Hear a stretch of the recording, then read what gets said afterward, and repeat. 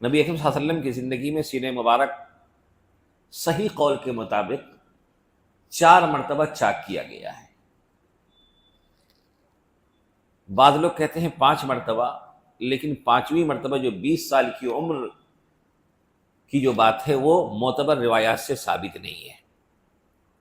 جو معتبر روایات سے ثابت ہے کہ 1 مرتبہ آپ کا سینہ مبارک چاک کیا گیا جب آپ حضرت حلیمہ سعدیہ کے پاس موجود تھے اور اپنے دوستوں کے ساتھ بکریاں چلانے کے لیے گئے ہوئے تھے، 4 سال کی عمر تھی اس وقت. دوسری مرتبہ جب آپ کی عمر مبارک 10 سال تھی، اس وقت سینہ مبارک آپ کا چاک کیا گیا. تیسری مرتبہ بعثت، یعنی جب آپ کو نبوت عطا کی گئی، بعثت کے وقت آپ کا سینہ مبارک چاک کیا گیا. اور چوتھی مرتبہ بعثت کے بعد جب معراج کا سفر ہونے والا تھا تو اس سفر سے پہلے آپ کا سینہ مبارک چاک کیا گیا. یہاں پہ ایک بات میں بتاتا چلوں کہ دنیا میں مختلف قسم کے ذہن کے لوگ ہوتے ہیں. اس طرح کے واقعات کو بعض لوگ تعویل کر کے اس کا کچھ مطلب اپنی مرضی سے بیان کرنا چاہتے ہیں. چنانچہ بعض لوگ کہتے ہیں کہ اس سے مراد یعنی کہ بالکل سینے کو کھولنا اور کھول کر کے جو سرجری کا عمل جیسا ہوتا ہے ویسا کرنا مراد نہیں ہے، بلکہ اس سے مراد شرح صدر ہے. لیکن یہ بات درست نہیں ہے، دلائل کی روشنی میں یہ بات غلط ہے، مناسب نہیں ہے. اسی لیے علماء نے، محدثین نے یہ بات لکھی ہے کہ اس طرح کے واقعات کو اسی حقیقت پر محمول کیا جائے گا اور اسی حقیقت کے ساتھ مانا جائے گا جس حقیقت کے مطابق احادیث میں بتائے گئے ہیں. یہ واقعات اسی حقیقت کے ساتھ اسے تسلیم، یعنی جیسا بتایا گیا ہے اس کو اسی طرح تسلیم کیا جائے گا کہ گویا کہ واقعہ ویسا ہی ہوا. کوئی عقلی توضیح کر کے اس کو اس کی حقیقت سے پھیرا نہیں جائے گا. اور علماء نے لکھا ہے کہ اسی حقیقت کو تسلیم کرنا یہ واجب اور لازم ہے. کیوں؟ اللہ کی قدرت سے کوئی چیز خارج نہیں ہے، اللہ قادر مطلق ہے. ایسی کسی تعویل کی یہاں ضرورت ہی نہیں ہے کہ ایسا نہیں ہوگا اس کا مطلب یہ ہوگا. دوسرے یہ کہ خود نبی اکرم صلی اللہ علیہ وسلم کی احادیث سے اور صحابہ کے اقوال سے پتہ چلتا ہے کہ شق صدر کا واقعہ بالکل حقیقت پر محمول ہے، بالکل حقیقت پر محمول ہے. کیونکہ کئی صحابہ سے یہ بات منقول ہے کہ سلنے کے نشانات انہوں نے دیکھے. اگر صرف دل تک کسی بات کا القاء ہونا ہوتا، جیسے کہ بہت سے لوگوں کو شرح صدر ہو جاتا ہے، تو اس کے لیے سلنے کے نشانات وغیرہ کے الفاظ مستعمل نہ ہوئے ہوتے. دوسرے یہ کہ اگر اس سے شرح صدر مراد لیا جائے تو شرح صدر یہ نبی اکرم صلی اللہ علیہ وسلم ہی کا امتیاز نہیں، بلکہ بہت سی مرتبہ اہل اللہ کو، بہت سے لوگوں کو، اہل علم کو شرح صدر مختلف موضوعات پہ مختلف مسائل میں ہو جاتا ہے. یہ تو شق صدر خصوصیت ہے ہمارے آقا صلی اللہ علیہ وسلم کی. شرح صدر تو آپ کے غلاموں کو بھی یہ نعمت حاصل ہے. چنانچہ صحابہ میں سے بہت سے صحابہ کو، علماء میں سے، محدثین میں سے، فقہاء میں سے ایک لمبی فہرست ہے جن کے شرح صدر کے واقعات لکھے ہوئے ہیں کتابوں میں. تو یہاں شرح صدر ہی نہیں بلکہ حقیقت میں شق صدر مراد ہے. اور 4 مرتبہ یہ واقعہ پیش آیا ہے. علماء نے لکھا ہے کہ ہر ایک مرتبہ کی مصلحت خاص تھی. فرمایا کہ پہلی مرتبہ سینہ مبارک کو جو چاک کیا گیا تو روایت میں جو الفاظ اور اس پورا جو خلاصہ بیان کیا گیا ہے کہ اس کو قلب مبارک کو نکالا گیا، پھر آپ کے قلب کو بھی چاک کیا گیا، پھر اس کے اندر سے ایک سیاہ مادہ نکالتے ہوئے یہ کہتے ہوئے پھینکا گیا ھذا حظ الشیطان، کہ یہ شیطان کا حصہ ہے.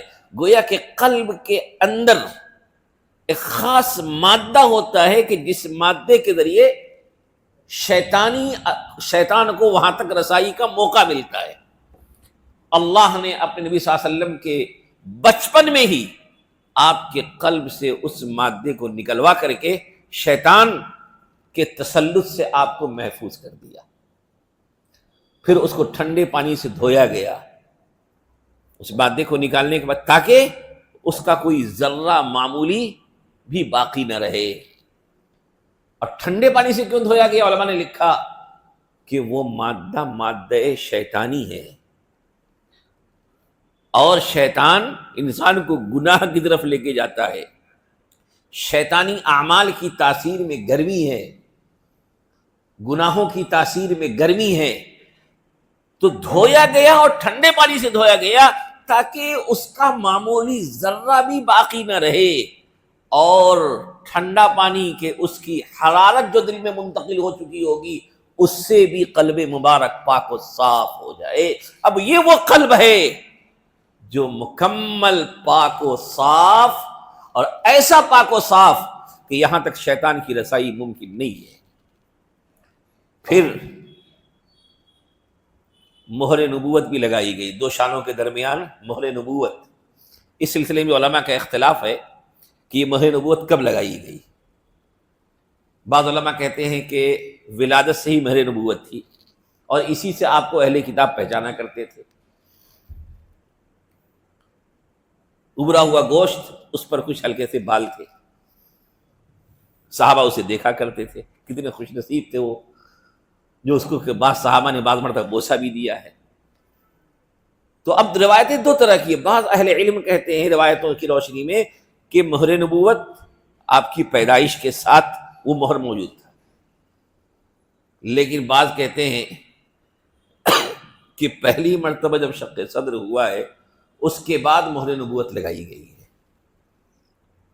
علماء نے دونوں روایتوں کی روشنی میں یہ بات لکھی ہے کہ ہو سکتا ہے یہ مہر پہلے سے بھی ہو، اور بعد میں دوبارہ اس کی تجدید بھی کر دی گئی ہو، دوبارہ اس کی تجدید بھی کر دی گئی ہو. اور یہ مہر ایسی جگہ لگائی گئی کہ وہی جگہ ہے جہاں سے شیطان انسان کے دل تک پہنچتا ہے. تو گویا کہ اس راستے کو بند کر دیا گیا جس راستے کے ذریعے انسان کے دل تک شیطان پہنچتا ہے. تو اندر بھی پورا صاف ستھرا ہے، کسی گناہ کو کھینچنے کا جذبہ ختم کر دیا گیا ہے، اور شیطان کے راستے کو بھی بند کر دیا گیا ہے. کتنے اعلیٰ تھے ہمارے آقا کہ اللہ نے ان کی حفاظت کا اتنا مضبوط انتظام کیا. اسی لیے اہل سنت والجماعت کا عقیدہ ہے کہ انبیاء کرام گناہوں معصیت سے محفوظ ہوتے ہیں. اللہ ہر قدم پر ان کی نگہبانی کرتے ہیں، کیونکہ انبیاء کا عمل حجت اور دلیل ہے بعد کے لوگوں کے لیے. آپ صلی اللہ علیہ وسلم کی زندگی میں اگر کوئی بات ہو جاتی تو بعد کے لوگ اس کو نمونہ بنا لیں گے. اس لیے امت کی ہدایت اور رہبری باقی رہے اور امت گمراہی سے محفوظ رہے، اللہ انبیاء کرام کے تمام اعمال و افعال کی اور آپ کی پوری زندگی کی نگرانی کرتے ہیں.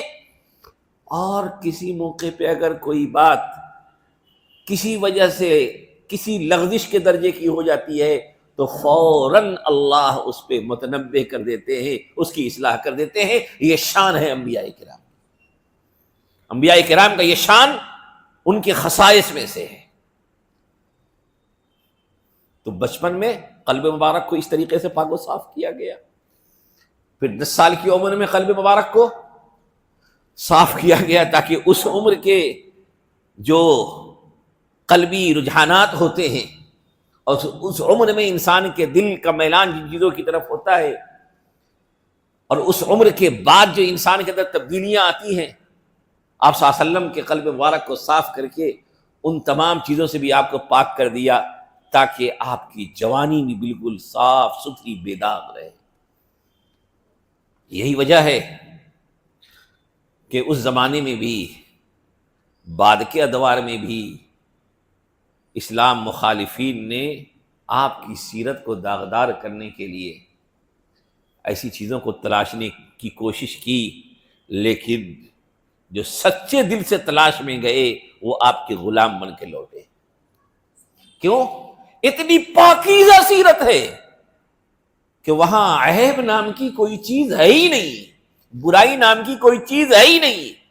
اب کسی کی قسمت ہی میں ہدایت نہ ہو، کسی کے دل میں ہی زیغ و زلال ہو، کسی کے مزاج میں ہی انصاف نہ ہو، تو وہ بن گھڑت الزامات کے ذریعے اپنی حسد کی آگ کو ٹھنڈی کرنے کی کوشش کرے تو اس کا تو کوئی علاج نہیں ہے. اس کا علاج تو یہی ہے کہ تم اس شخصیت کے سامنے چراغ جلانے کی کوشش کر رہے ہو کہ جس کی کمال کے سورج کے سامنے تم خود جلتے رہو گے اور جلتے جلتے مر جاؤ گے، لیکن ان کی زندگی میں کوئی عیب نکالنے پر تم کامیاب نہیں ہو سکتے ہو.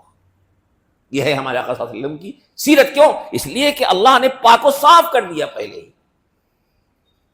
پھر نبوت کے وقت شق صدر ہوا. علماء نے بہت تفصیل لکھی ہے، میں بس چند الفاظ میں آپ کو بتانے کی کوشش کر رہا ہوں، ورنہ یہ اتنی تفصیل ہے کہ اگر تفصیل میں جاؤں تو یہ رات بھی کم پڑ جائے.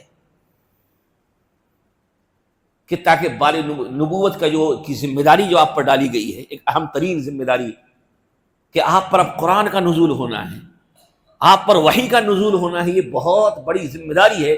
اس ذمہ داری کے تحمل کے قابل بنانے کے لیے اس موقع پہ آپ کو شق صدر کیا گیا. پھر سفر معراج سے پہلے شق صدر کیا گیا تاکہ آپ ایک ایسے سفر پہ جا رہے ہیں جس سفر کے احوال کے مشاہدے کی طاقت انسانی قلب و جگر میں نہیں ہے، انسانی نظر میں نہیں ہے.